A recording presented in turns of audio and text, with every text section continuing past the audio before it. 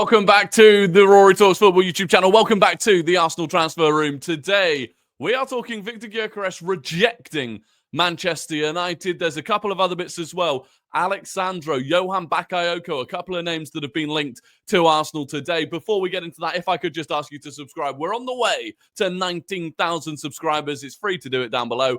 The support on the channel over this summer has been sensational. And if you could click the like button, the thumbs up button, I would be massively grateful. Also, if it looks like I'm really hot and sweaty, it's not because I'm excited about Victor Gyokeres to that extent. It's just that in the UK right now, it is warm. And I know people will be saying in the comments, oh, you know, it's 24 degrees. It is. It's a different type of heat. If you know, you know. But this is the news today from Fabrizio Romano. Victor Gyokeres' priority is to join Arsenal this summer, despite calls from Manchester United in recent weeks. Gyokeres always an option amid Sesko talks with no deal sealed so far. Arsenal keep assessing the situation. That is the classic. Assessing the situation. Arsenal always assessing the situation. But United remain keen, but believe that the deal is now unlikely. The reports coming from Portugal are as follows. Record Portugal saying Victor Gyokeres has said no to Manchester United. The players' entourage have officially informed United they are no longer an option for the forward. So he is putting his eggs in the Arsenal basket, and reports from Portugal suggest that we've made a bid and may be preparing to make another bid. This was from actually a couple of days ago. Record Portugal again. Arsenal have submitted their first official bid for Victor Gyokeres, 55 million euros plus 10 in add-ons. The offer was made during a meeting in Menorca. Sporting are expected to reject it. It's then come out today, this time from CNN Portugal, that Arsenal will submit a second offer to Sporting for Victor Gyokeres, totaling 70 million euros. Now, I'll be honest with you, I just don't believe these reports from Portugal until they are reported by someone credible. Someone, whether it's Mockbell, Ornstein, Fabrizio, because at the moment, it just feels like too many games are being played on all sides. And if you've got Portugal saying, you know, a second bid is imminent before anyone else has even reported the first bid, I just think there's a disconnect of information here. And I don't know what the actual answer is. You know, on one hand, I feel like we might be almost stringing Victor Gyokeres along, trying to get that deal as advanced as possible, knowing that Sesko is still the number one option, but we're trying to get Leipzig to hurry that along. Equally, for Victor Gyokeres' camp to kind of publicly now reject Manchester United, that could leave them in an interesting position if we ultimately turn around and sign Benjamin Sesko. There are still some people clinging on to the hope that we sign both Gyokeres and Sesko. I just don't see that happening. I would be absolutely stunned, shell-shocked if we bought both of them. But it is a really, really interesting situation. Now, look, I'm not surprised that Victor Gyokeres would rather join Arsenal than Manchester United. That makes a lot of sense. He would be going to a, you know, team that's going to compete for the Premier League, that's in the Champions League, will compete for the Champions League. Like, that makes sense. But I just don't know where this is going to end up. And I'm waiting for Ornstein. I'm waiting for Ornstein on this. He's been really kind of step back. He's not really committed to anything on it so far. And I'm interested to see what he comes up with at some point, if he comes up with anything. But as it stands, for Victor Gyokeres, Arsenal are the only team that he is willing to go to. Now, of course, if we turn around and sign Sesko and say, sorry, we don't want you anymore, I'm sure that would change. I'm sure that they would go back to United and say, well, maybe we can make something work here. But that is where we are currently at with Victor Gyokeres. We've not heard anything on Benjamin Sesko in the last few days, really. So nothing has progressed there. In fact, actually, Fabrizio, because he was the one that had previously said, that Arsenal were advancing in negotiations with RB Leipzig. He's kind of stepped back a little bit from that. More recently, he said that Arsenal are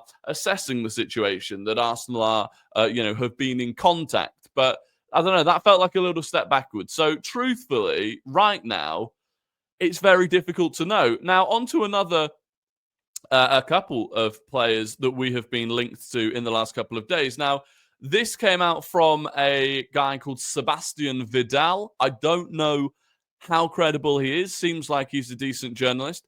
He said Arsenal have made initial contact with Lille for Alexsandro, 25, who started for Brazil this week. The club is also targeting Johan Bakayoko of PSV as Saka's replacement. Now, I don't think he means replacement. This has been translated because he wrote the post in French. Obviously, it's not a replacement, is it?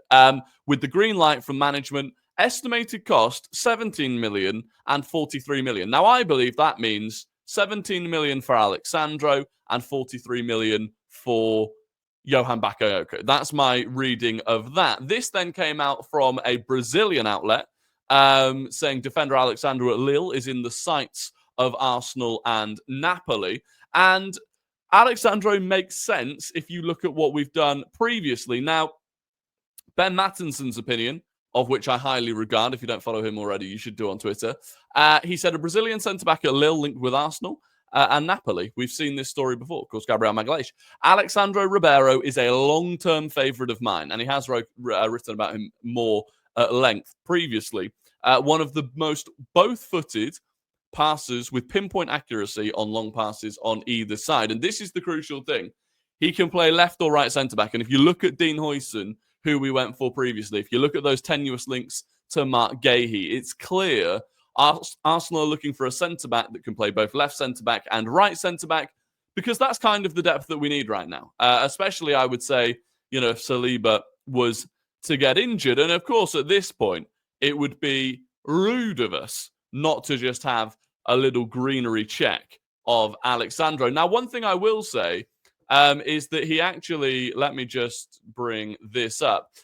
He actually played for Brazil in the postseason international break games and was really getting a lot of plaudits. So he's a central centre-back, 6'3". Apparently he's very, very good in 1v1 situations, a very good tackler of the ball. And of course, as Ben said, his passing and range of passing is very good. High touch rate in Ligue 1, started 30 games for Lille this season. And if we come down to the old greenery, goal scoring, we're not, overly bothered about unless you're Gabriel Magalhaes. 91.4% pass accuracy. That is exceptionally good. 73 successful passes a game. This is a guy who's very comfortable on the ball. 4 accurate long balls per game at an accuracy rate of 57% as well. If you're looking at going into, maybe a Benjamin Sesko going long to him, that is very, very nice. High touches, really high touches. So again, comfortable on the ball. This is always something that we're looking for. And then an aerial duel winner, monster duel winner. Dual percentages really good as well. Recoveries exceptionally good. So this is an all-round very solid defender. Like we said, can play right centre-back, can play left centre-back. Kind of has the assets that you're looking for in an Arsenal defender. And if he's available for 17 million quid, as Sebastian Vidal's report seemed to say, would feel like a little bit of a no-brainer. If you ask me. Back to this. The other one then is Johan Bakayoko. And again, to back up that report from Sebastian Vidal, this has also come from an Eindhoven-based outlet. They say Arsenal are interested in PSV Eindhoven winger Johan Bakayoko. It then says the player is said to be available for just 17 million with just 1 year left on his contract. This tweet is taken from Eduardo Hain. I believe he has added in that he's available for 17 million, and I think that's because it's been misread from the previous one. Oh, what a voice crack that was. This one, I think it's been misread from this, and actually Bakayoko would be 43 million, because previously with Bakayoko, 2 years ago, 2023, summer 2023, Brentford came very close to signing him for 40 million euros. Then 23-24, he had an excellent season. And we were interested in him as a potential Bukayo Saka backup. I think we probably couldn't handle the price of him.